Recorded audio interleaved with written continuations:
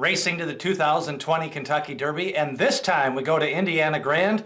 It's the Indiana Derby, and it should be a competitive race. 10 horses lined up. Let's start at the rail and take a look at a 12-to-1 shot.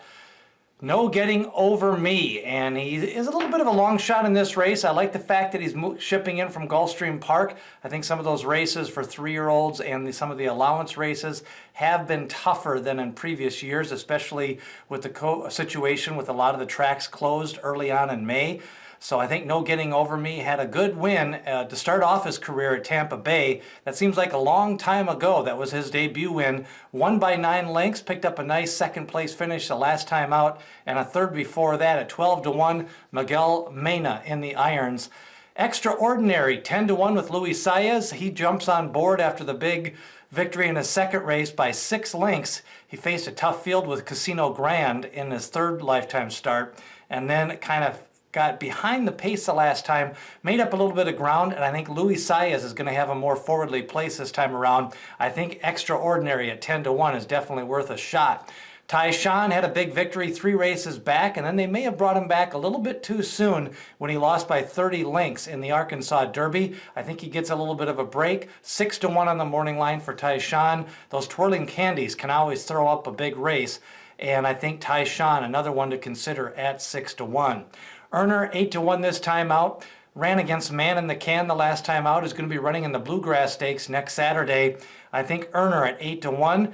Lot to like about him. Has a nice pedigree. I think he'll get the distance. Earner at 8-to-1 with Stuart Elliott. Shared Sense is going to take a lot of money because of his pedigree. Half-brother to Shared Belief. And I think he's probably going to be overbet a little bit. Picked up a win 3 back, but that was in a weaker field and now has to face better horses in this race. Background, definitely a long shot in this spot, 20-to-1, shipping in from Churchill Downs and then Oaklawn Park before that. Hasn't really ran that well since his second lifetime race when he picked up a victory off the pace, but the pace kind of fell apart that day. Juggernaut, 15-to-1. I think he's another one with a chance for Keith DeSormo. I like that second place effort on the turf the last time out at Churchill Downs underneath the Twin Spires. Now Major Fed is 7-to-2. Ran in a wide post the last time out of the 10 hole. Of course, Maxfield won that race. New York traffic, he'll be running in the Kentucky Derby. Possibility of the Haskell before that. So I think Major Fed, who had that wide trip, is going to get a lot of trip note handicappers to take a lot of money in here. I'm not sure that he's up to the task here. It seems like his overall form is declining, and at too low of a price, I just don't like a horse like Major Fed. Winning Impression is a horse that is the morning line favorite, 3-to-1. Again, another one that's going to take a lot of money because he comes out of the Arkansas Derby.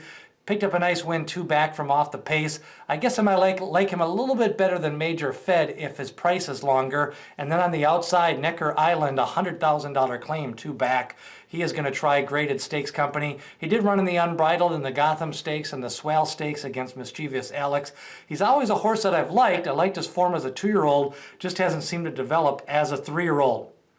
Shared Sense, going to take a lot of money. The horses I like are Earner, and then I also like a little bit of Extraordinary, who I think the big jockey switched to Luis Saez, and the inside speed of some of the other horses could have him in that top flight, and he could get first jump on a horse like Major Fed and Shared Sense and some of those type of horses.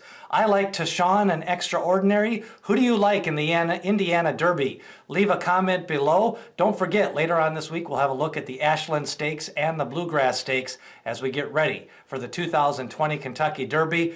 Remember, we're going to be previewing stakes races from Saratoga and Keeneland, so hit that subscribe button, smash that like button so we get more views of these videos, and leave a comment below who you like in the Indiana Derby.